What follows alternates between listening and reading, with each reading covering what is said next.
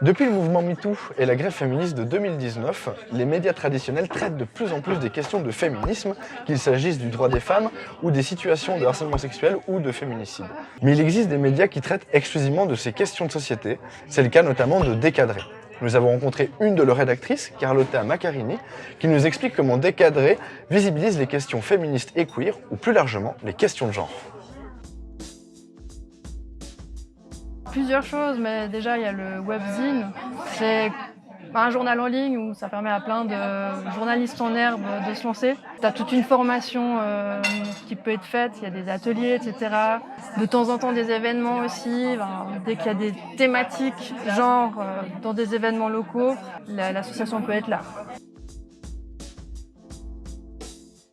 Un peu plus de liberté. Par exemple, là, pour revenir à l'article que j'ai fait sur les règles, c'est vrai que c'est une thématique qui est assez délicate. J'ai proposé l'article à certains médias, ils n'ont pas voulu en parler parce que pour éviter de froisser certaines personnes. Donc, je pense pas que j'aurais eu cette liberté dans un autre média. Il faut savoir que Décadré n'est pas méconnu des médias traditionnels. Décadré est présenté par les médias comme une association féministe tenue par des féministes.